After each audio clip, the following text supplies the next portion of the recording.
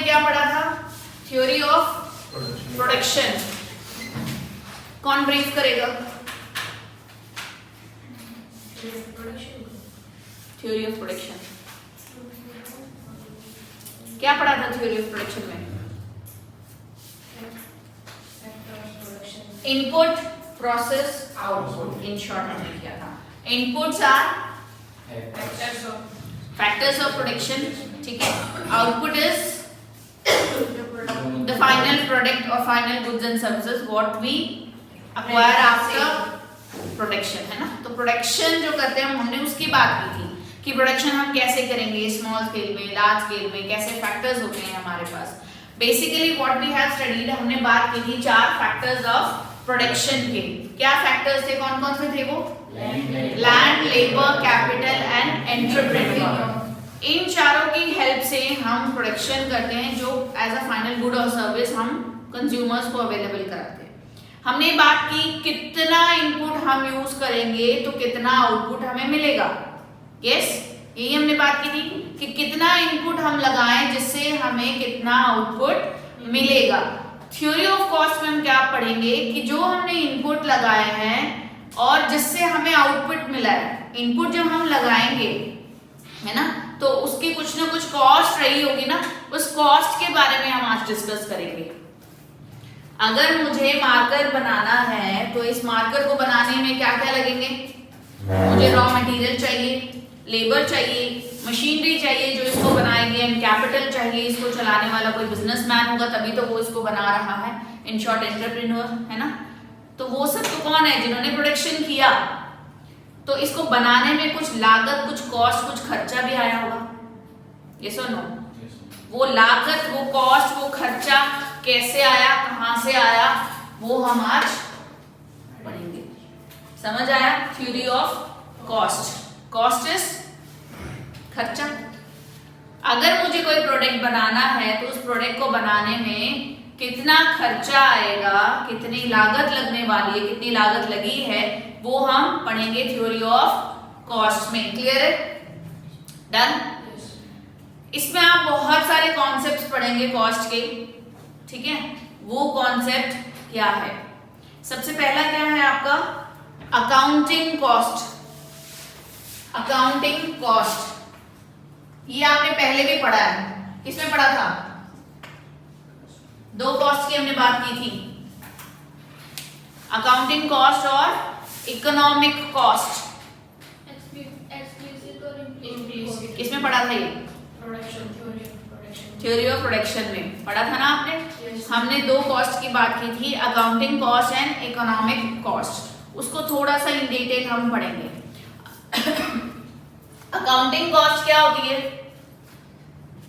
जिसमें जो खर्चे एक्चुअल में हुए हैं, है ना, उसको हम बोलते हैं अकाउंटिंग कॉस्ट, जो हम अपनी बुक्स ऑफ रिकॉर्ड्स में रिकॉर्ड मेंटेन करते हैं, बुक्स ऑफ अकाउंट्स में, है ना, जिसमें हम एंट्री करते हैं जो खर्चे एक्चुअली इनकर हुए हैं, उनको हम रिकॉर्ड करते हैं हमारी इसमें, हमारी बुक्स में, बुक्स ऑफ अकाउंट्स में। तो उन्हें हम क्या कहते हैं?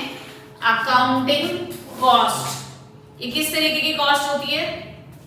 Explicit cost. कौन सी कॉस्ट को लेते हैं हम इसमें? Explicit cost. आपके बुक में कहीं ना कहीं लिखा होगा कि it is recorded exclusively, means जो इसका कॉस्ट आया है, जो भी खर्चे आए हैं, जो इसके अंदर आते हैं, उन्हें हम क्या कहते हैं? सिर्फ एक्सक्लूसिवली हम उसको ऐड करते हैं, लाइक एक्सप्लिसिट कॉस्ट को ऐड करते हैं। एक्सप्लिसिट, इम्प्लिसिट, याद है डिफरेंस? क्या था एक्सप्लिसिट? गौरव? एक्सप्लिसिट तो वो जो डेली अक्यूरेंस होते हैं, डेली अकर होते हैं। अच्छा, और इम्प्लिसिट? Opportunity cost. रोहित, क्या होते हैं एक्सप्लिसिट कॉस्ट?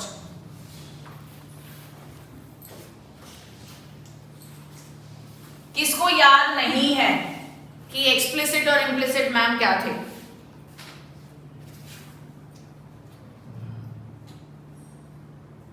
Very good. और नंदिनी? हाँ, तो बताओ क्या थे? एक्सप्लिसिट कॉस्ट में वो कॉस्ट होती है जो अकर या फिर ओन की जाती है एंटरप्रेन्योर के द्वारा, जो ऑन की जाती है, वही उसी को मतलब उसी के फैक्टर होते हैं, वही उसी को इनकार करता है और उसका ऑनर होता है। और जो ये जो एक्सप्लिसिट कॉस्ट है ये अकाउंटिंग कॉस्ट में इंक्लूड, और इम्प्लिसिट कॉस्ट है वो बाहर से किसी और के होते हैं, लेकिन उसको मतलब प्रोडक्शन में यूज करते हैं तो ओनर उसको बाहर से लेता है। जैसे ये बिल्डिंग है, ठीक है, कोचिंग इंस्टीट्यूट है, ये रूम है, ये एरिया है, इस रूम को रेंट पे दिया अगर सपोज मानो, ठीक है, तो रेंट पे अगर मैंने दिया तो मुझे इसके बदले में क्या मिलेगा, रेंट मिलेगा। मेरी बिल्डिंग है, मैंने किसी को रेंट पे दे दी तो मुझे रेंट मिल रहा है ना, तो रेंट को आप एंटर करोगे अपनी बुक्स में, इट्स नॉर्मल अकाउंटिंग कॉस्ट। अगर मैं कहूँ मेरी ये बिल्डिंग है, मैंने ये कोचिंग इंस्टीट्यूट अपना खुद का कोचिंग इंस्टीट्यूट यहाँ पर चलाया है, अगर मैं अपना कोचिंग इंस्टीट्यूट ना चला के इसको रेंट पे देती तो मुझे रेंट मिलता ना, मुझे रेंट मिलता है इसका। अब मैंने अपना इंस्टीट्यूट इसमें चला रही हूँ तो मेरा जो रेंट है वो क्या हो गया मेरे लिए, opportunity cost, that will be your implicit cost, मतलब उसको फॉरगॉन करना पड़े ना, समझ में आया। Opportunity cost is equivalent to implicit cost. अभी आपको डिफरेंस क्लियर हुआ, हम अकाउंटिंग कॉस्ट और इकोनॉमिक कॉस्ट के अकॉर्डिंगली चलेंगे, ठीक है। रीड करो आपकी बुक में, देखो क्या गिवन है। Accounting cost relate to those costs which involve cash payment by the entrepreneur of the firm। Cash payment, कौन से कैश पेमेंट की बात कर रहा है,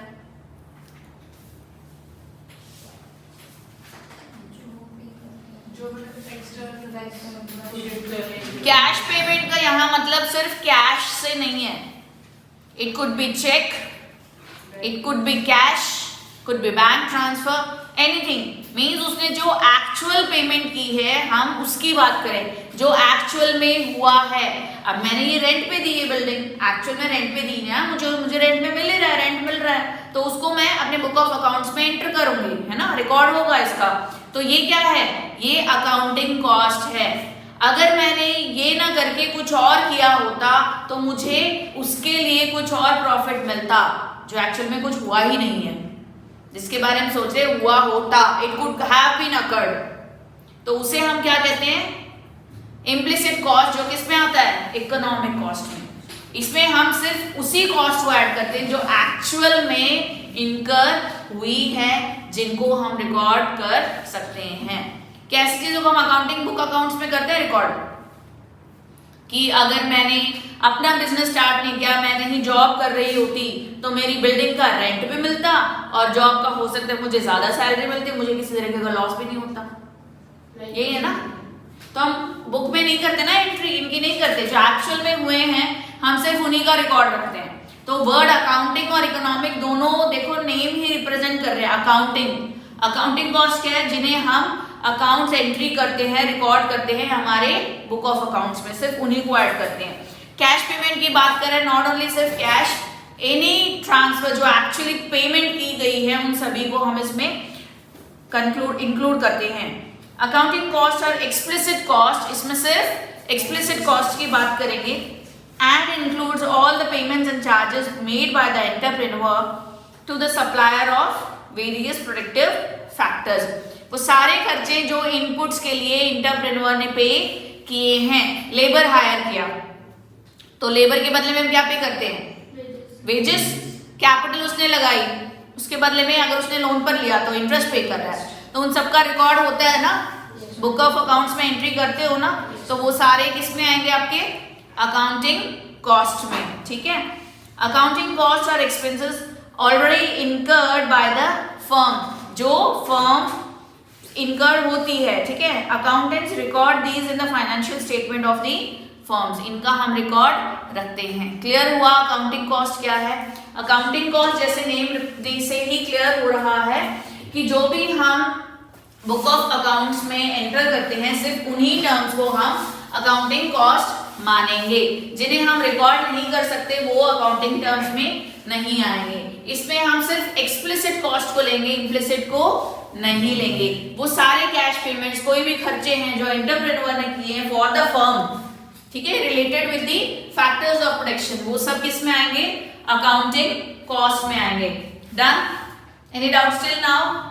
अब चलते हैं सेकंड हमारे इकोनॉमिक कॉस्ट पे, मोस्ट इंपॉर्टेंट पॉइंट है ये, ठीक है, इकोनॉमिक कॉस्ट। इकोनॉमिक कॉस्ट जैसे नाम को ही बता रहा है इकोनॉमिक। अब इकोनॉमिक्स हम पढ़ रहे हैं तो इकोनॉमिक कॉस्ट तो इंपॉर्टेंट हुई ना, क्वेश्चन आपको इसमें से मिल जाएगा।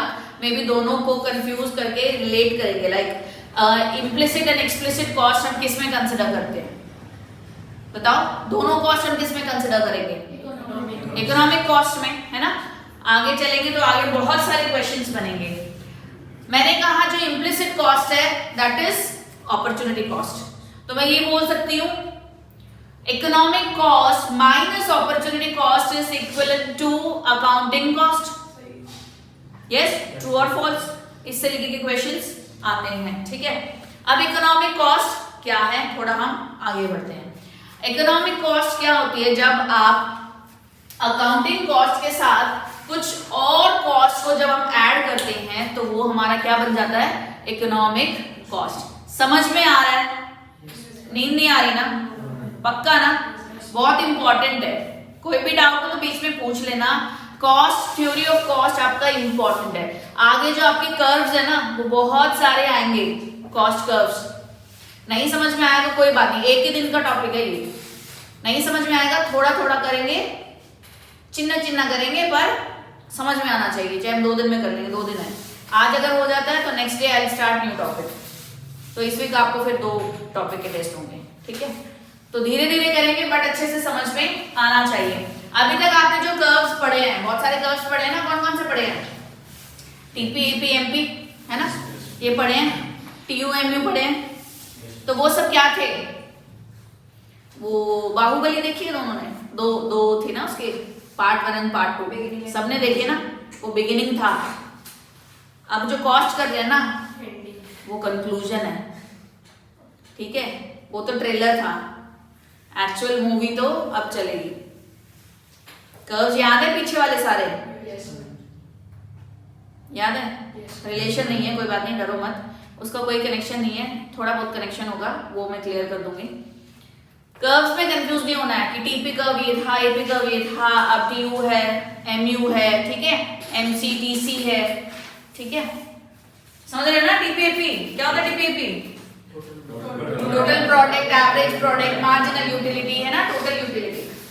चलिए, तो इकोनॉमिक कॉस्ट क्या है? अकाउंटिंग कॉस्ट तो होगा ही होगा इसमें। इकोनॉमिक कॉस्ट में वो सारी कॉस्ट हम कंसिडर करेंगे जो अकाउंटिंग कॉस्ट में करते हैं। अकाउंटिंग कॉस्ट क्लियर है सभी को, है ना? क्या होते हैं accounting cost? Books of record में, अकाउंट्स में हम रिकॉर्ड कर सकते हैं, प्लस जो एक्चुअली इनकर हुए हैं, सपनों में नहीं सोच रहे हैं, एक्चुअली इनकर हुए हैं, ठीक है।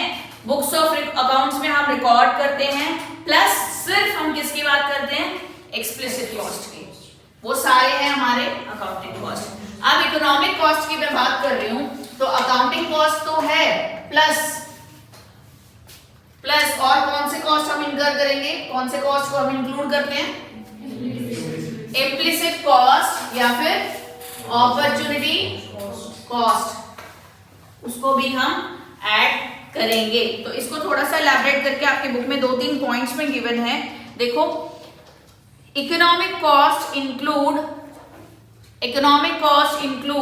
the normal return on money capital invested by the entrepreneur himself in his own business.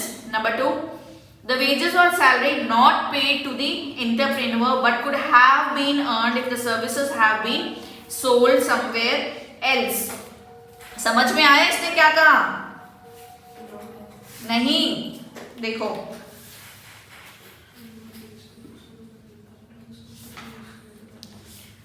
मैं यहां पर जॉब कर रही हूं, ठीक है, ये तो क्लियर है।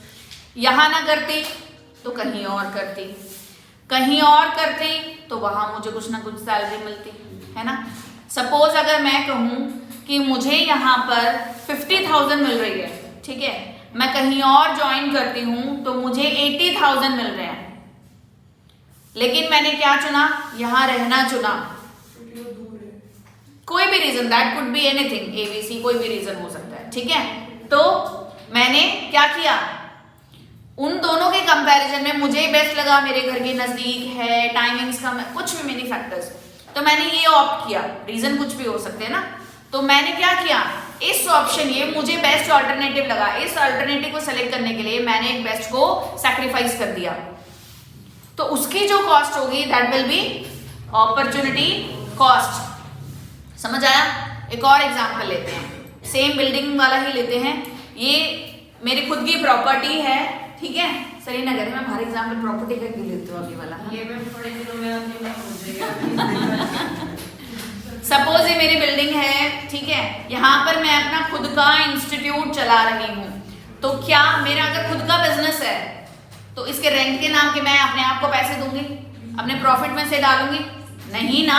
तो मतलब अगर मैंने इसको अपने बिजनेस के लिए यूज किया है, that means I have sacrificed my amount of rent. अगर मैंने अपना बिजनेस नहीं चलाकर किसी और को रेंट पे दिया होता तो मुझे रेंट मिलता, और मैं अपना जो मैन पावर है या मेरी एफिशिएंसी कहीं और लगाती, किसी के बिजनेस में वर्क करती या एज ए जॉब कहीं करती, तो मुझे वहां से सैलरी तो मिल ही जाती जो इसका पार्ट था, है ना। तो रेंट को मैं सैक्रिफाइस कर रही हूँ, तो वो क्या हो गई, अपॉर्चुनिटी कॉस्ट।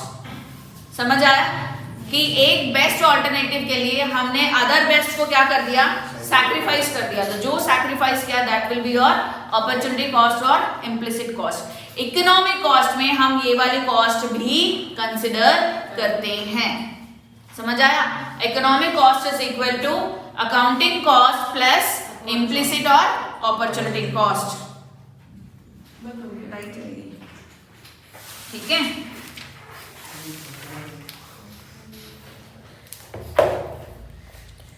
क्लियर हुआ? समझ आया सभी को? चलो एक एग्जांपल और लेते हैं, कर दो।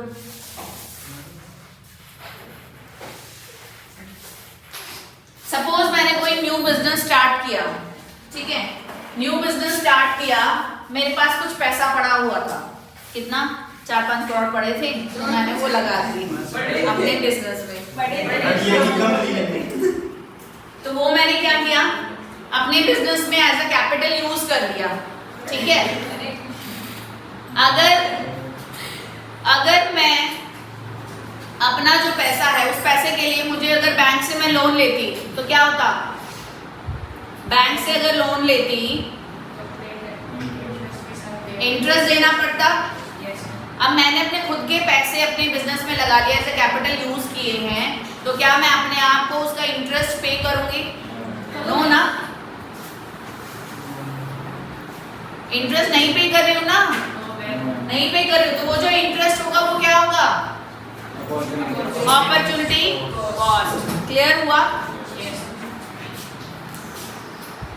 देखो जो 2 पॉइंट अभी मैंने पढ़े थे इसके, वो क्या है, normal return on money capital invested bye the entrepreneur. जो भी एंटरप्रेन्योर अपने बिजनेस में कैपिटल इन्वेस्ट करता है उसके बदले में वो प्रॉफिट लेता है, कोई इंटरेस्ट नहीं लेता, तो वो क्या हो गया, उसका सैक्रिफाइस अमाउंट हो गया, तो वो क्या हो गया, उसका इम्प्लिसिट कॉस्ट। वेजेस और salary not paid to the entrepreneur. Entrepreneur businessman है, अपना खुद का उसने बिजनेस स्टार्ट किया, लेकिन वो वहाँ एज अ एम्प्लॉय ही माना जाता है ना, तो क्या वो अपने आप के लिए सैलरी लेते हैं वहाँ से? नहीं, बट अपना पूरी एफिशिएंसी वो वहाँ पर दे रहा है, तो वो जो सैलरी होगी वो क्या होगी, उसके लिए इम्प्लिसिट कॉस्ट होगी, अपॉर्चुनिटी कॉस्ट होगी, कि मैं यहाँ पर अपना 100% दे रहा हूँ इस बिजनेस को चलाने के लिए। अगर मैं अपना 100% यहाँ ना देकर कहीं और जॉब करता तो मुझे सैलरी मिलती, है ना। देखो अगर इस चीज़ को बहुत बारीकी से सोचो, ध्यान में दो, तो सबकी लाइफ में कुछ ना कुछ ऐसा हुआ होगा कि एक चीज़ को पाने के लिए आपने दूसरी खो दी, है ना, होता है ना, तो वो सबके साथ होता है ना। वो कहते हैं ना कुछ पाने के लिए कुछ खोना पड़ता है, तो वो अपॉर्चुनिटी कॉस्ट है। हाँ, वही को पढ़ के गए थे, तो भी डायलॉग मारा था। ठीक है, समझ आया इकोनॉमिक कॉस्ट?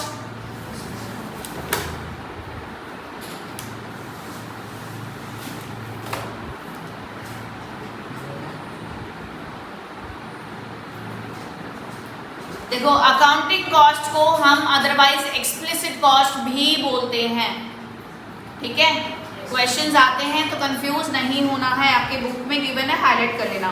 अकाउंटिंग कॉस्ट और also called as explicit cost, whereas the cost of factors owned by the entrepreneur himself and employed in his business is called implicit cost. Implicit cost की अगर बात कर रहा है तो आपके माइंड में क्लिक होना चाहिए इकोनॉमिक कॉस्ट। एंटरप्रेन्योर के बारे में हम बात करेंगे, हम इकोनॉमिक कॉस्ट की बात कर रहे हैं। और एक्सप्लिसिट की अगर बात कर रहा है तो means we are talking about the accounting cost, ठीक है। क्लियर है ये दोनों? कोई डाउट है?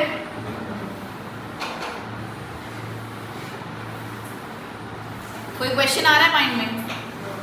बिल्कुल नहीं। मैम अगर एक्सप्लिसिट कॉस्ट दे रखी हो और ऑप्शंस के अंदर ये दे रखा हो अकाउंटिंग और इकोनॉमिक और ये, तो डिपेंड करता है क्वेश्चन क्या है, डिपेंड करता है क्वेश्चन क्या है, उसने क्या पूछा है, उसके अकॉर्डिंग ही ऑप्शंस होंगे। बताओ इम्प्लिसिट किस में होती है? सिर्फ इकोनॉमिक में।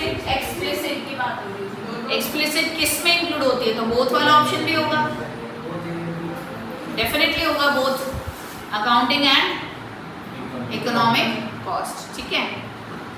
मैंने कहा अकाउंटिंग में हम उस कॉस्ट को इंक्लूड करते हैं या उस कॉस्ट के बारे में बात करते हैं जिन्हें जो एक्चुअल में हुए हैं, है ना। रेंट पे करना, वेजेस पे करना, सैलरीज पे करना, है ना, हमने इंटरेस्ट ऑन कैपिटल दिया, ये सब एक्चुअल में होते हैं, हमने इसका रिकॉर्ड मेंटेन किया है, तो इसे हमने अकाउंटिंग कॉस्ट कहा, ठीक है। जो कॉस्ट हुए ही नहीं है बट अगर हुए होते तो उसकी खर्चा जो है, जो कॉस्ट है ये आई होती, वो क्या है? Economic cost. होता तो ऐसा होता तो हमें क्यों पढ़ रहे हो? जो हुआ ही नहीं है क्यों हम उसको कंसिडर कर रहे हैं? वाई? बहुत इंपॉर्टेंट क्वेश्चन है ये, माइंड में आना चाहिए था। फ्यूचर के अनसर्टेनिटी से बचना। कैसे? पहले से सारी चीजों के साथ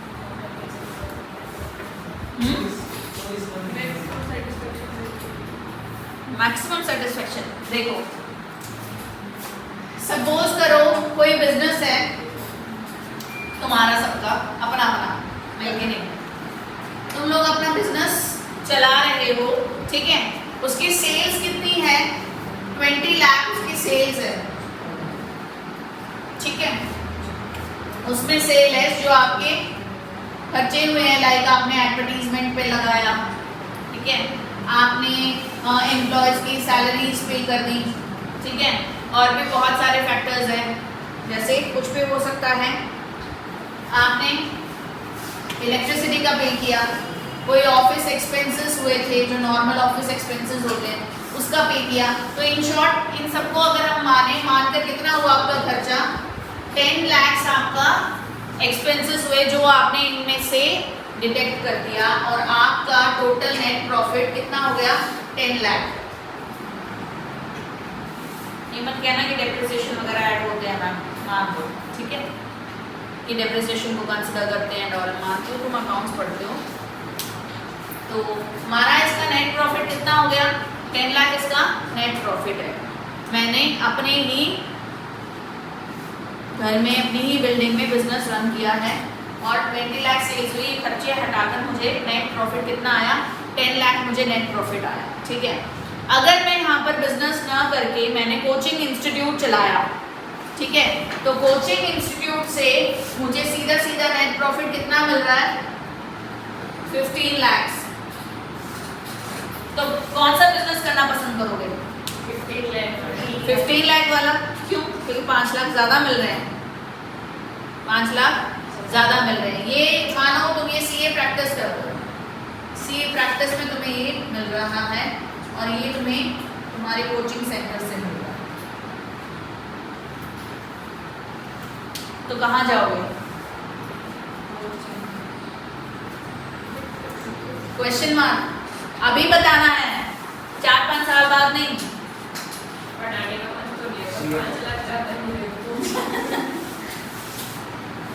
बहुत से लोग होंगे जो क्या करेंगे? सीए प्रैक्टिस को ऑप्ट करेंगे, बहुत से लोग होंगे जिनके लिए 5 लाख ज़्यादा इम्पोर्टेंट है, वो कोचिंग के लिए जाएंगे, है ना, कि मुझे वहाँ पर ज़्यादा मिल रहे हैं। अगर मैं ये कहूँ कि मैंने अगर क्या किया, जो प्रैक्टिस में जा रहा है, सपोज रोहन ने कहा मैम मैं प्रैक्टिस में जाना चाहूँगा, है ना, तो रोहन ने कहा मैं प्रैक्टिस में जाऊँगा, तो रोहन के लिए क्या हुआ, अगर वो प्रैक्टिस ना करके कोचिंग में जाता तो उसको सीधा सीधा 15 लाख प्रॉफिट मिलता। तो उसके लिए क्या, एक तरीके से वो प्रैक्टिस कर रहा है 5 लाख का नुकसान भुगत के, है ना। ये क्या है, 10 लाख 5 लाख का इसका डिफरेंस है ना। तो रोहन को क्या हो रहा है, 5 लाख का लॉस हो रहा है। तो वो क्या करेगा, उसके अकॉर्डिंगली वर्क करेगा अपने लॉस को कंपनसेट करने के लिए, कवर अप करने के लिए, ठीक है। ऐसे ही कभी कोई बिजनेस है, अगर मैंने कहा कि मैं अपनी जॉब छोड़कर अपना खुद का बिजनेस स्टार्ट कर रही हूँ, जॉब में मुझे मिल रहे थे 1 लाख पर मंथ मुझे मिल रहे हैं, बिजनेस मैंने स्टार्ट किया, स्टार्टिंग में मुझे कुछ प्रॉफिट नहीं मिल रहा है, तो फिलहाल के लिए तो मुझे क्या हो रहा है, मैं लॉस में हूँ ना। 1 लाख छोड़ के देखो, मुश्किल से महीने का मुझे 10-20 हज़ार रुपये हाथ में आ रहे हैं। तो that was my opportunity cost. समझ में आया। तो इसीलिए हम इकोनॉमिक कॉस्ट को कंसिडर करते हैं, हम ये जानने के लिए कि हमारी जो सिचुएशन है वो क्या है, हमें किस अकॉर्डिंगली वर्क करना है, ठीक है, उसको कवर अप करने के लिए। That's why we study economic plus accounting cost. समझ आया। रीडिंग करनी है घर जाके, बुक रीडिंग बहुत ज़रूरी है, ठीक है। नेक्स्ट क्या है, देखो आगे तो ये सिर्फ आपके कॉन्सेप्ट है छोटे छोटे, जो आगे काम नहीं आने वाले, बट हाँ कर लो कि क्वेश्चंस ना आ जाए। Outlay cost and opportunity cost, आगे सारे सिमिलर से मिलेंगे। आउटले मैंने बहुत पहले बताया था आपको, क्या बताया था, आउटले ना, वो तो बहुत पहले की बात है, वो मैंने एक एग्जाम्पल दिया था, आउटले बताया था, हाँ, कि क्या होता है आउटले। आउटले का मतलब नाम से याद आ जाना चाहिए, वो एग्जाम्पल है ना। मैंने कहा था आउटले का क्या मतलब होता है, मार्केट में जब आप जाते हो कुछ परचेज करने के लिए, पैसे निकालते हो, आउटले, आउटले। तो वो क्या है, एक्चुअल एक्सपेंसेस जो भी हुए हैं उसे हम क्या कहेंगे, आउटले, आउटले कॉस्ट।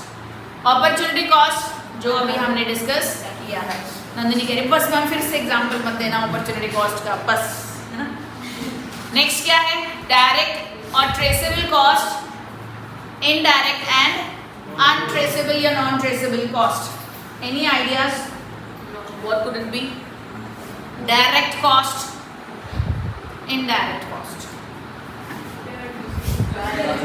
डायरेक्ट जिसमें डायरेक्ट रिलेशन होता है, देख लिया मैंने उसको। डायरेक्ट रिलेशन होता है, जैसे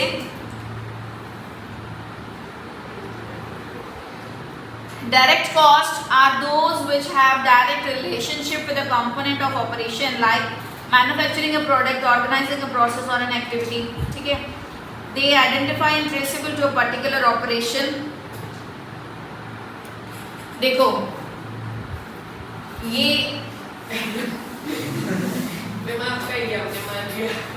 मान लो ये रूम है जिसमें कोचिंग क्लास चलती है, ठीक है। किसकी क्लासेस होती हैं, सीए फाउंडेशन, ठीक है, और मानो +1 की भी होती है, +2 की भी होती है ना, होती है, एक्चुअली मानना क्या होती है बिल्कुल। तो सीए फाउंडेशन की होती है, +1 की होती है, +2 की होती है, ठीक है। अब मैं अगर ये कहूँ, मैं दोनों कंबाइन चल रही हूँ, direct and indirect, traceable and non traceable, ठीक है। अगर मैं ये कहूँ कि इस बिल्डिंग की, जो मैंने as a coaching institute run किया हुआ है, इसकी इलेक्ट्रिसिटी कॉस्ट डायरेक्ट है या इनडायरेक्ट है?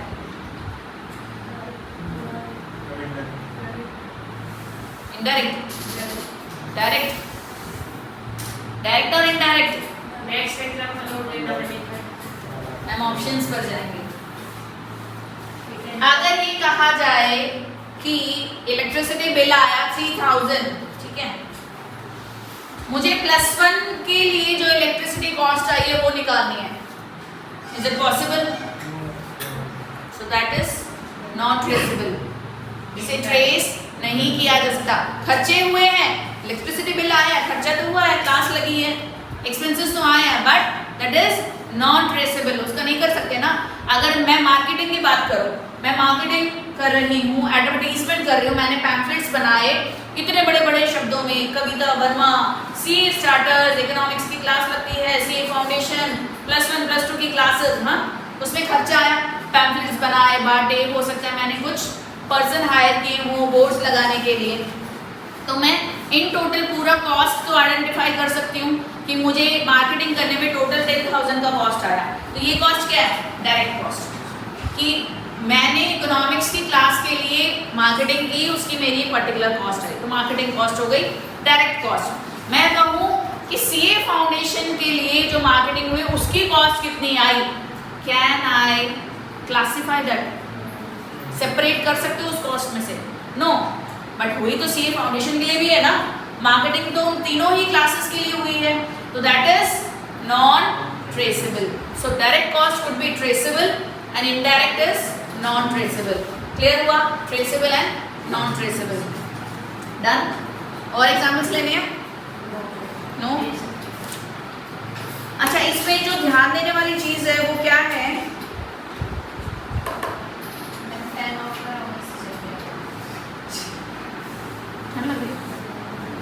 जाओ, मुझे लग रहा है मैं गर्मी से बीमार हो जाऊँ।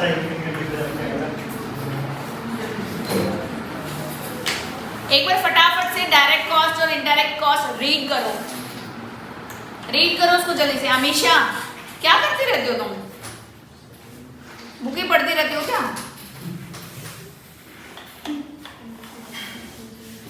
ध्यान कहाँ रहता है?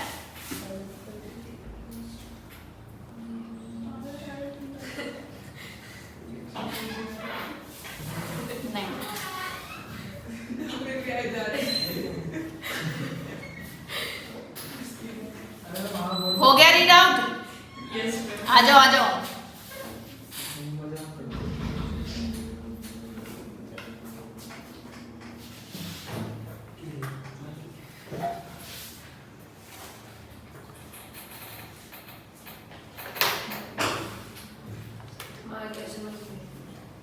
क्या समझ में आया? जो मैं पॉइंट कहना चाह रही थी वो तो आया नहीं अभी तुम्हारे दिमाग में। डायरेक्ट ट्रेसेबल कॉस्ट हो सकती है, इनडायरेक्ट नॉन ट्रेसेबल कॉस्ट होगी, बट क्या? लेकिन ये डिपेंड करता है सिचुएशन क्या है, हम किसकी बात कर रहे हैं, उसके अकॉर्डिंगली डिपेंड करेगा कि वो डायरेक्ट है या इनडायरेक्ट। कॉन्सेप्ट क्लियर होना चाहिए, डायरेक्ट कब होगा और इनडायरेक्ट कब होगा। डिपेंड करता है, जब हम जो बात कर रहे हैं वो किसके बारे में बात कर रहे हैं, तभी हम आइडेंटिफाई कर सकते हैं कि डायरेक्ट कॉस्ट हो या इनडायरेक्ट कॉस्ट है। ठीक है, जैसे हमने इलेक्ट्रिसिटी का एग्जांपल लिया, whole electricity bill will be direct cost, but अगर मैंने कहा मुझे स्पेसिफिक 11th क्लास की जो कोचिंग चलती है उसकी इलेक्ट्रिसिटी कॉस्ट चाहिए, तो that is indirect, non traceable. Cost आई है, कॉस्ट इनकर हुई है, but I can't trace that particular electricity cost for that class. ठीक है, नेक्स्ट देखिए, incremental cost and sunk cost. Incremental cost and sunk cost.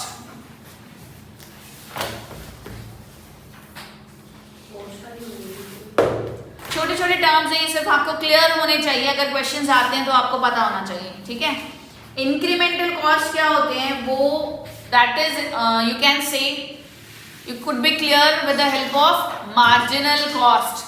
What is marginal cost? हमने नहीं पढ़ा, additional इकोनॉमिक्स था +2 में, तो समझ में आ रहा होगा पीछे क्या किया ना। तो ये क्या है? Marginal cost. हम बोल सकते हैं ये मार्जिनल कॉस्ट की हम बात कर रहे हैं। इंक्रीमेंटल कॉस्ट इज जैसे इंक्रीमेंट होना है ना, इंक्रीमेंट होना, एक कॉस्ट आई है, सेकेंड यूनिट एक एक्स्ट्रा यूनिट के लगाने पर जो मेरी एक्स्ट्रा कॉस्ट आई है उसे हम कहेंगे इंक्रीमेंटल कॉस्ट। समझ आया? एक एक्स्ट्रा यूनिट के आ जाने से मेरी एक्स्ट्रा जो कॉस्ट बढ़ी है that will be your incremental cost. Clear? Sunk cost ऐसे खर्चे, ऐसे एक्सपेंसेस, ऐसे कॉस्ट जो एक बार लगा दिए once and for all, which never cannot be reversible, जिन्हें हम रिवर्स बैक नहीं कर सकते, जैसे एडवर्टाइजमेंट एक्सपेंसेस, खर्चा हो गया, ठीक है। अब अगर आप ये कहो नहीं इसमें तो ये नहीं होना था, हमें उस प्रोडक्ट का करना, अरे भाई हो गया जो होना था, अब वो वापस नहीं आ सकता। एक्सपेंसेस हो गए, जो एक्सपेंसेस हो गए जैसे चले गए, दैट इज संक कॉस्ट, चला गया, वो गया बिल्कुल गया, उसे हम कहेंगे sunk cost. Sunk costs refer to those costs which are already incurred once and for all and cannot be reversed or revised, ठीक है। एग्जाम्पल ऑफ sunk cost देख लेना, एडवर्टीजमेंट्स हो गए, स्पेशलाइज हो गए, R&D हो गए, जैसे हमने किसी प्रोडक्ट की हमने R&D की, अगर ये कहोगे नहीं पीछे वापस जाओ, नहीं हो सकता है ना। सैंपल के लिए ब्लड निकाल दिया, आप बोले ब्लड डालो, पॉसिबल है? गौरव कुछ भी कर सकता है, हो सकता है ना। ये आज लाइव गेम खेल रही है गौरव के साथ।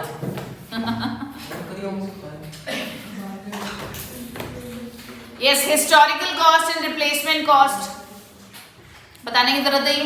Historical cost past cost, replacement cost उसको रिपेयर करने के लिए जो भी कॉस्ट आएगी वो replacement cost. Private cost and social cost, private cost अपनी फर्म के लिए जो भी खर्चे आए हैं that is private for self cost. Social cost society के बेनिफिट के लिए आपने कुछ किया तो जो वो कॉस्ट आई है वो that will be your social cost. जैसे पोल्यूशन के लिए कुछ कर दिया आपने, पार्क्स खोल दिए, पार्क बना दिए, बच्चों के लिए स्कूल खोल दिया, तो आपने सोसाइटी के लिए कुछ खर्चे किए तो that will be your social cost. अब आता है मेन आपका fixed cost and variable cost. क्या होता होगा ये फिक्स्ड कॉस्ट? जो फिक्स्ड है, जो होगा ही होगा। देखिए दो चीजें हैं, फिक्स्ड कॉस्ट और वेरिएबल कॉस्ट। अगर मैं कहूं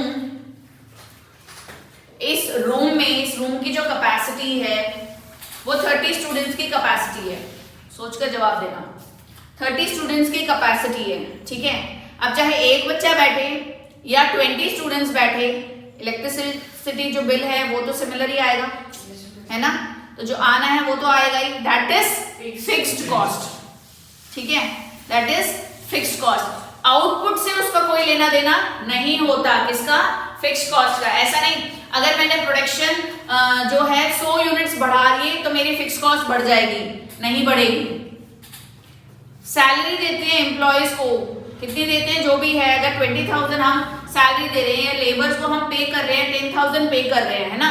एक्स्ट्रा प्रोडक्शन हुआ तो तुम कहोगे मैम ओवर टाइम दिया, तो एग्जाम्पल भी लेते हैं, ठीक है। तो वो ओवर टाइम तुम दे रहे हो, बट अगर हम प्रोडक्ट और उसके कॉस्ट की बात कर रहे हैं तो अगर कॉस्ट बढ़ाओगे तो कॉस्ट से कोई इफेक्ट नहीं आएगा।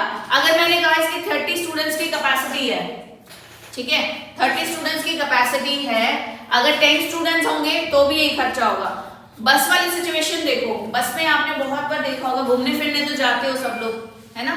हम बस में जाते हैं, कारपूलिंग करते हैं, या हम कहते हैं चलो मिलकर ना एक हम बस बुक कर लेंगे और फिर हम घूमने जाएंगे। बस वाले ने खर्चा मांगा जी 30,000 लगेंगे, चाहे एक जाओ चाहे 10 जाओ। इसकी कैपेसिटी है 20 सीटर है, 20 सीटर है। आगे आएंगे इसका एग्जाम्पल है, इसी तरीके के एग्जाम्पल्स यूज करेंगे हम। 20 सीटर है तो उसने अपना खर्चा सब कुछ कैलकुलेट करके बताया कि 10,000 का खर्चा आएगा। तो आप लोग क्या करते हो, सिर्फ 5 अगर बंदे हैं तो या तो गाड़ी चेंज करोगे या बंदे बढ़ाओगे। क्यों? उसने तो अपनी कॉस्ट बता दी, दैट इज फिक्स्ड, भाई इतना लगेगा। पेट्रोल का खर्चा है, ये फिक्स्ड है, इतनी पेट्रोल लगेगी वहां जाने में, चाहे तुम गाड़ी में 1 बंदे बैठाओ या 4 बंदे बैठाओ, दैट इज फिक्स्ड कॉस्ट, ठीक है। फिक्स्ड कॉस्ट क्या होती है? आउटपुट से उसका कोई लेना देना नहीं होता। जैसे insurance of the company, output से उसका कोई लेना देना नहीं है। अगर प्रोडक्शन आपने बढ़ाया या प्रोडक्शन कम किया, इंश्योरेंस तो उस कंपनी का उतना ही दोगे ना।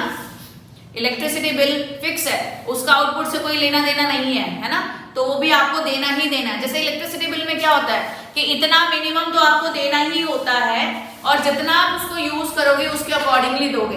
तो जो इतना मिनिमम है फिक्स्ड है वो, बाकी का क्या है?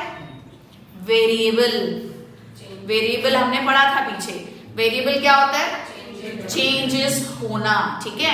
तो वेरिएबल कॉस्ट कैसी होती है, अगर मैंने प्रोडक्शन बढ़ाया तो मेरा खर्चा भी बढ़ेगा। फॉर एग्जाम्पल बताओ, वेरिएबल कॉस्ट का कनेक्शन होता है आउटपुट से, अगर मैंने आउटपुट बढ़ाया तो मेरे खर्चे भी बढ़ेंगे। जल्दी बताओ। लेबर बढ़ाएंगे, है ना, रॉ मटेरियल बढ़ेंगे, तो रॉ मटेरियल के खर्चे बढ़ गए। मुझे अगर प्रोडक्शन ज्यादा करना है, मुझे 10,000 यूनिट्स का ऑर्डर था, मुझे 20,000 प्रोडक्शन करना है, तो उसके लिए मुझे लेबर भी ज्यादा लगेगी, मुझे रॉ मटेरियल भी ज्यादा लाना पड़ेगा, तो अल्टीमेटली उसकी कॉस्ट भी बढ़ेगी। तो दैट इज वेरिएबल कॉस्ट। समझ आया? इनके कुछ नाम है। Fixed cost can not be avoided, उसको आपको बियर करना ही पड़ेगा। जैसे प्रॉपर्टी टैक्स, है ना, टैक्स लगता है, लोन पे इंटरेस्ट हो गया, डेप्रिसिएशन है, आप उससे पीछा नहीं छुड़ा सकते हो।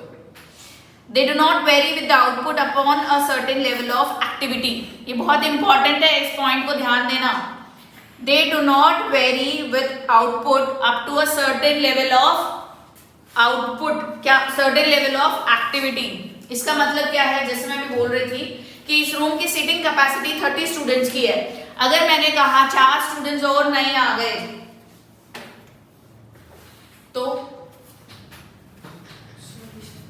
30 से ज्यादा इस रूम में नहीं आ सकते ना, तो 4 स्टूडेंट्स और आ गए तो मुझे एक एक्स्ट्रा रूम की जरूरत पड़ेगी, तो उस रूम की क्या होगी, इलेक्ट्रिसिटी अलग आएगी, उस रूम का रेंट बढ़ जाएगा, तो फिक्स कॉस्ट बढ़ गई ना फिक्स कॉस्ट। तो इसलिए बोला है at certain level of activity तक फिक्स कॉस्ट फिक्स रहेगी, कांस्टेंट रहेगी, लेकिन हो भी सकता है कि वो बढ़ जाए।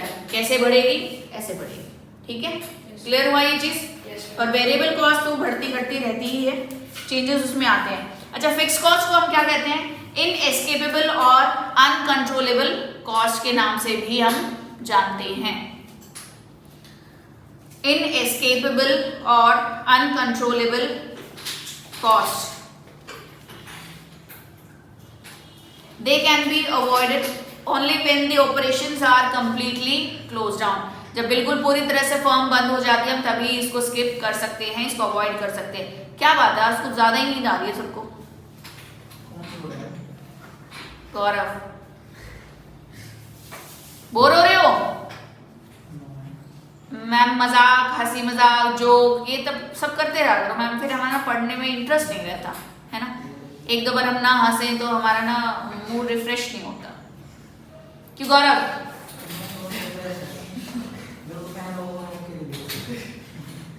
लोकेश, क्या नाम था, लोकेश तो नहीं है, तुषार, कौन रख दो अंदर, क्या इंपॉर्टेंट चल रहा है, समझ में आ रहा है? नंदिनी, क्या बात है?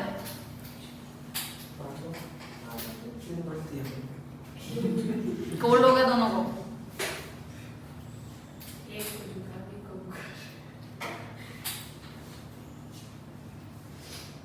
समझ आया? तो यहाँ हमने कॉस्ट के कॉन्सेप्ट सारे समझ लिए। चलो एक काम तो निपटा। क्यों गौरव? अब है एक्चुअल जो महाभारत है, जो पढ़ोगे। अभी तक हमने जो पढ़ा था वो एक्चुअल में चैप्टर स्टार्ट ही नहीं हुआ था, सिर्फ हमने छोटे छोटे छोटे छोटे कॉन्सेप्ट्स क्लियर किए थे कि कॉस्ट क्या क्या क्या क्या होती है। नहीं सारा नहीं, कॉस्ट फंक्शन कर लो। कॉस्ट फंक्शन तो आदत है ना पे, आता है आगे तो है ना टोटल कॉस्ट, इसी में दो चार टॉपिक और हो जाएंगे। वो पूरा तो यही है।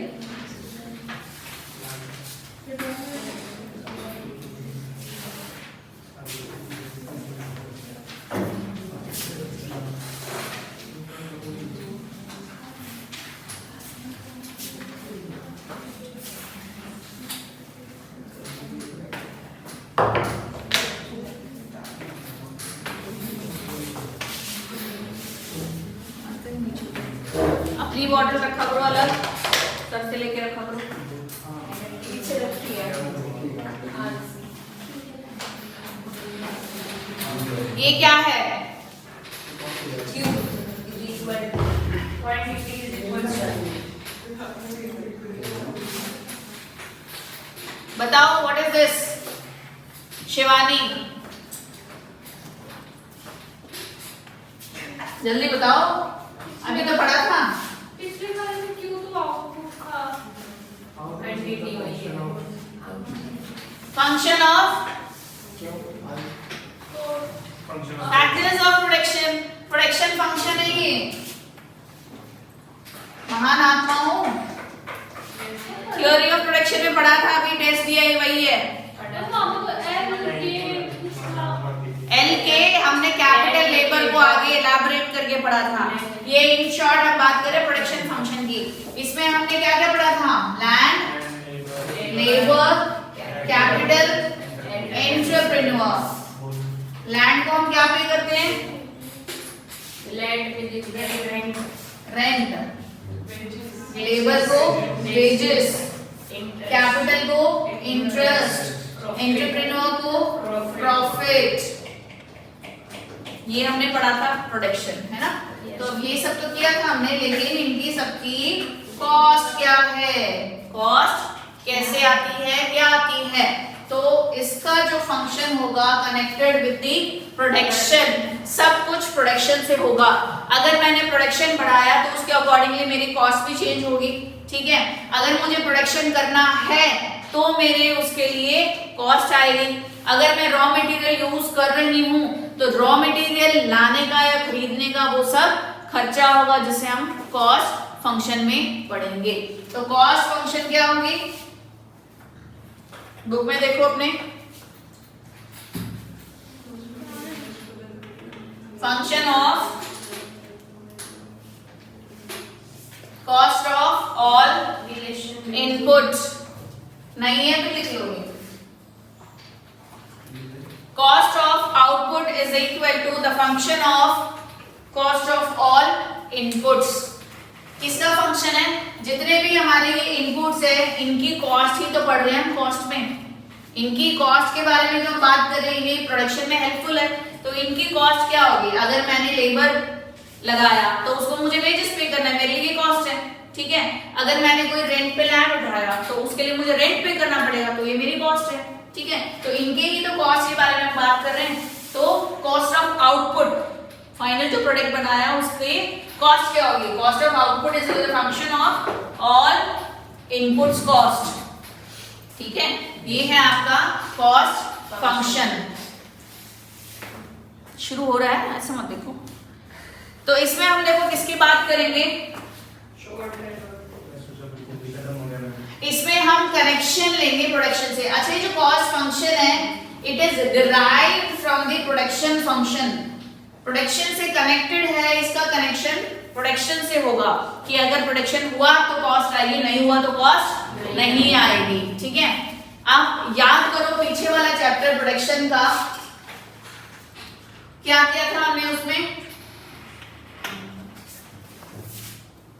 शॉर्ट रन और लॉन्ग रन दोनों बात की थी, उसमें भी थी ना शॉर्ट रन और लॉन्ग रन।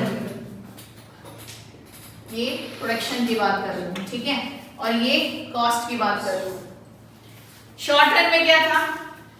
क्या आपका एक इनपुट फिक्स रहेगा, बाकी सारे एक इनपुट फिक्स्ड होगा और बाकी सारे वेरिएबल। एक तो आपका फिक्स्ड है और अदर्स कैसे हैं? वेरिएबल।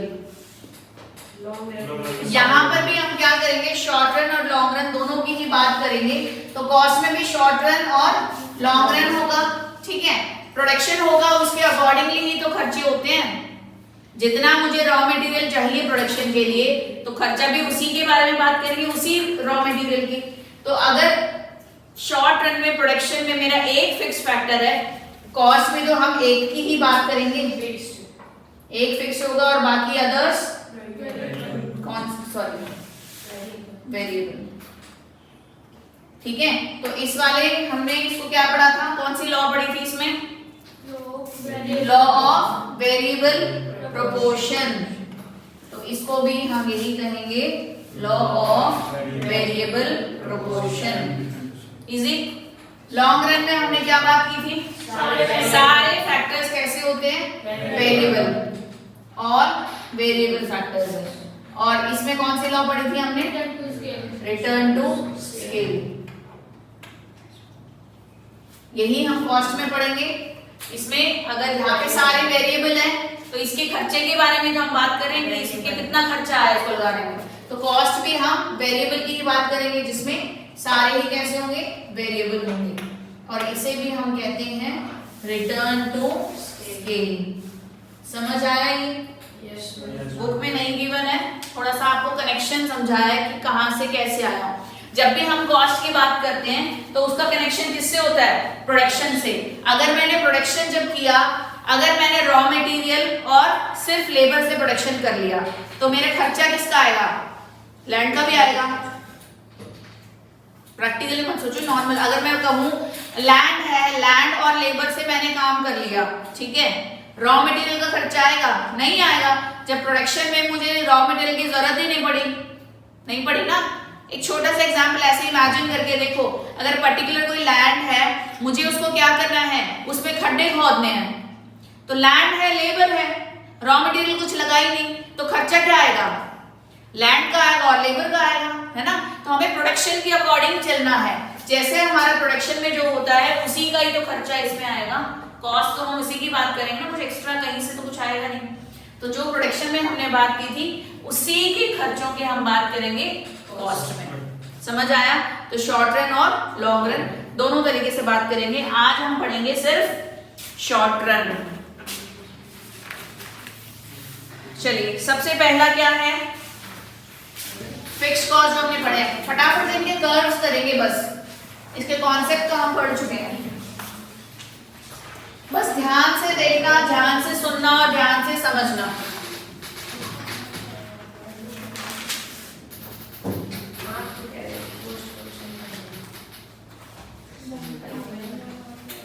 कॉस्ट फंक्शन वही तो है, यही तो चल रहा है। फिक्स्ड कॉस्ट हमने कहा, जो फिक्स्ड कॉस्ट है हमारी वो कैसी रहती है? कांस्टेंट, है ना। इलेक्ट्रिसिटी की हमने बात की, हमने एग्जांपल्स लिए। तो इसका कर्व कैसा होगा? इसका कर्व कैसा होगा? Parallel to X axis. वो इसलिए कि यहाँ पर मेरी क्या है? कॉस्ट है, और यहाँ पर क्वांटिटी या आउटपुट है मेरी। अगर सपोज करो यूनिट्स हैं और यहाँ पर मेरी फिक्स्ड कॉस्ट है, 0 यूनिट्स का प्रोडक्शन होता है तो भी मेरी फिक्स्ड कॉस्ट आएगी। आएगी नहीं आएगी? आएगी नहीं आएगी? क्यों आएगी?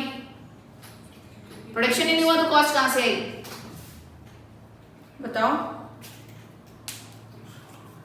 नाम क्या बताया था? बताओ तुषार। जब प्रोडक्शन ही नहीं हुआ तो कॉस्ट कैसे आ सकती है? कॉस्ट तो नहीं आ सकती ना। आ सकती है? यस और नो? किससे पूछा है? तुषार से पूछा है। तुषार जवाब देगा। यस और नो? आ सकती है ना। क्यों, कैसे आ सकती है? कॉस्ट कब आती है? कुछ खर्चा होगा तभी तो कॉस्ट आएगी। ऑलवेज। तो फिर जब कुछ बना ही नहीं तो कॉस्ट कहां से आ गई? सही लिखा है। क्यों हमेशा? अरे ठीक है, अब तुम्हें आता है, सब कुछ आता है, ठीक है। हमेशा मेरे साथ तो 3-4 दिन हो गया। हमेशा बोलो बेटा।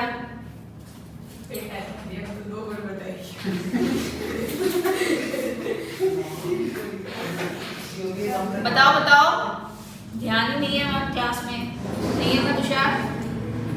नहीं है ना? पढ़ लिया मुस्कान? रोहन बताइए। ठीक से मैम, ये तो प्रोडक्शन में लाओ। कुछ खर्चे ऐसे होते हैं जो देने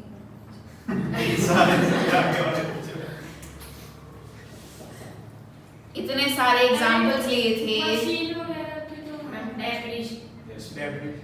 डेप्रिसिएशन भी बोला था, बहुत सारे एग्जांपल्स लिए थे। मैंने कहा था अब भी नहीं आ रहा तो और एग्जांपल लो, तुम लोगों ने मना किया था नहीं नहीं मैम आ गया समझ, ठीक है बस एग्जांपल नहीं है। इलेक्ट्रिसिटी का बार बार एग्जांपल लिया था। इस रूम में चाहे एक बंदा बैठे या 20 स्टूडेंट्स बैठे, एक स्टूडेंट बैठ रहा है तो भी उतना ही एक्सपेंसेस आएगा। अगर मैंने बढ़ा दिया, मेरे लिए आउटपुट क्या है, स्टूडेंट्स हैं, स्टूडेंट्स अगर मैंने आउटपुट बढ़ा दी, 20 स्टूडेंट्स बैठा दिए तो क्या मेरी कॉस्ट बढ़ जाएगी, इलेक्ट्रिसिटी ज्यादा आएगी? नहीं। मैम आपने बोला था अगर स्टूडेंट्स बैठे हैं तो, अगर यहाँ पे स्टूडेंट ही नहीं बैठा तो प्रोडक्शन कहाँ से होगी, तो कॉस्ट कहाँ से आएगी? अरे इलेक्ट्रिसिटी की मिनिमम कॉस्ट होती है, यू हैव टू पे वेदर यू यूज इट और नॉट। होती है नहीं होती है? अगर हम लोग यूज नहीं कर रहे तो कहाँ से आएगी? अरे मैम कुछ ना कुछ तो आएगी। कॉस्ट फिक्स होती है। अगर मशीन है उसको यूज करेंगे डेप्रिसिएशन तो लगेगा उसको। मैं आगे समझ आ गया मिशन समझ? तुम्हारी जो क्यूरियोसिटी है, तुम घर जाना, जो बिल पे करते हैं या आपकी इलेक्ट्रिसिटी बिल को उठाना, जो भी पे करते हैं मम्मी या पापा, उनसे पूछना कि अगर हम 1 महीने तक एक लाइट भी नहीं जलाएं तो क्या हमारा खर्चा आएगा? यस डेफिनेटली आएगा, क्योंकि गवर्नमेंट ने फिक्स किया है, इतना फिक्स है, हमारे भी खर्चे होते हैं तो इतना फिक्स अमाउंट आपको पे करना ही पड़ेगा। आप अगर 1 महीने के लिए कहीं घूमने चले जाओ तो भी आपका इलेक्ट्रिसिटी बिल आएगा। That is fixed cost. तो फिक्स्ड कॉस्ट क्या है? प्रोडक्शन नहीं हुआ, कंपनी का इंश्योरेंस कर रखा है। तुम कह दोगे हमारी तो 3 दिन से छुट्टी थी, कंपनी बंद थी, हम इतना इंश्योरेंस तुम काटो 3 दिन का उसमें से, पॉसिबल है? नहीं है ना, वो तो फिक्स कॉस्ट है, आपको देना पड़ेगा। आपने रेंट पे लैंड लेकर उस पर अपना बिजनेस सेटअप किया है, ठीक है, तो तुम्हारा रेंट फिक्स है ना, चाहे तुम उसमें 1 लाख का यूनिट्स का प्रोडक्शन करो या सिर्फ तुम 10 ही यूनिट्स का प्रोडक्शन करो, रेंट तो तुम्हें उतना ही देना पड़ेगा, इसलिए फिक्स होता है। तो प्रोडक्शन हो या ना हो, कॉस्ट आएगी ही आएगी। कॉन्सेप्ट क्लियर है तो चाहे कितना ही घुमा फिरा के कोई कंफ्यूज कर ले, कंफ्यूज नहीं हो सकते। ये नंदनी की बात का जवाब है। मैं बहुत कंफ्यूज करती हूँ, अभी तो मैं बोल के कंफ्यूज कर रही हूँ, जब पेपर में वो क्वेश्चंस देखोगे ना तो कोई कंफ्यूज करेगा ही नहीं, तुम खुद ही कंफ्यूज हो जाओगे। कॉन्सेप्ट अच्छे से क्लियर रखना, चाहे कोई कितना भी घुमाए, घूमना नहीं है तुम्हें। हाँ ठीक है, 1 यूनिट का प्रोडक्शन हुआ तो कितनी आएगी तुषार?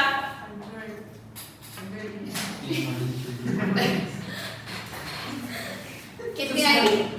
समझ में आ रहा है तुम्हें? बताओ बताओ, वेरी गुड, बताओ। फिक्स्ड है तो 100 ही आएगी, है ना? हमेशा 2 यूनिट्स का वो प्रोडक्शन 100 आएगी। मुस्कान 3 यूनिट्स का प्रोडक्शन हुआ तो भी 100 ही आएगी। मतलब कॉस्ट क्या है मेरी? 100 आएगी, चाहे प्रोडक्शन कितना भी हो जाए। समझ आया? Fixed cost. रोहन, रोहित, बाकी बच्चे, वेरी गुड।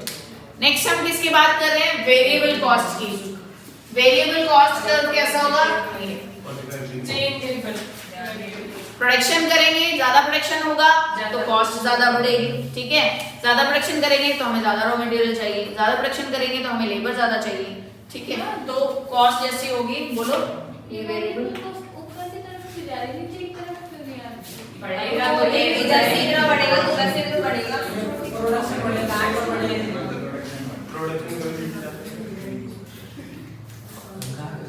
नहीं समझ में आया? आएगा भी नहीं। देखो वेरिएबल कॉस्ट क्या होती है? जैसे जैसे हमने प्रोडक्शन बढ़ाया, यस लिसन, घर में 5 लोग आ गए, आप हलवा बना रहे हो, मैडम खाने पीने की चीज का नाम मत लिया करो। तुम कहोगे आधा किलो सूजी में चल जाएगा, मैम काम सूजी में बन गया। इन 5 लोग और आ गए, गौरव क्या करेगा? पानी डालो, पानी डाला, कुछ भी डाला ना आपने, सूजी और डाली, सब्जी बना रहे हो, एक्सटेंड करना है, बढ़ाना है, वही प्रोडक्शन वाली बात है। आपको अगर आपको ऑर्डर आया है कि आपको मार्कर के 100 यूनिट्स का प्रोडक्शन चाहिए, हमें 100 यूनिट्स मार्कर का चाहिए, तो आप उसके अकॉर्डिंगली ही रॉ मटेरियल लगाओगे, उसके अकॉर्डिंग ही आप लेबर को लगाओगे कि 100 यूनिट्स का प्रोडक्शन चाहिए, वहां का ऑर्डर आया हुआ है ना। किसी का भी एग्जाम्पल ले सकते हो।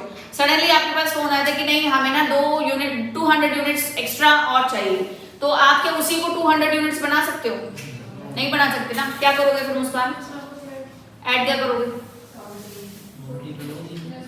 लेटर आंसर, उसका क्वेरी है, उसको समझ नहीं आया, क्या ऐड करोगे?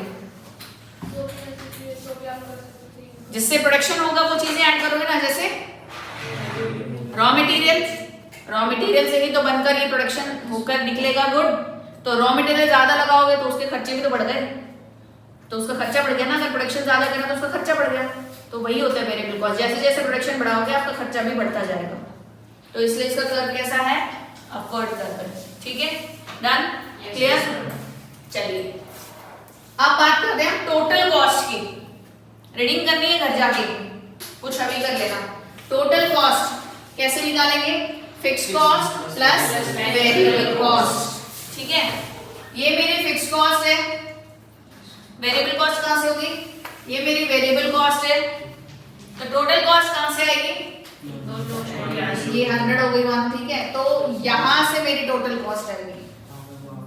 Can anybody answer why here not here? Fix cost है, कुछ कॉस्ट जो है वो आएगी ही आएगी, और वेरिएबल तो चेंज होते ही रहते हैं। ठीक है, तो कुछ कॉस्ट तो आपकी आएगी, चाहे टोटल कर लो या सेपरेटली बात कर लो। समझ आया? हमेशा क्लियर हुआ? तो ये आपका था total cost. Any doubt still now? No doubts?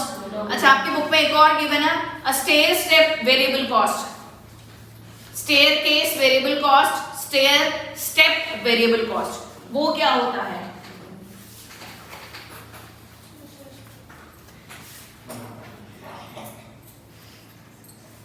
जैसे हमने अभी एग्जांपल लिया था, इस रूम की सीटिंग कैपेसिटी कितनी है?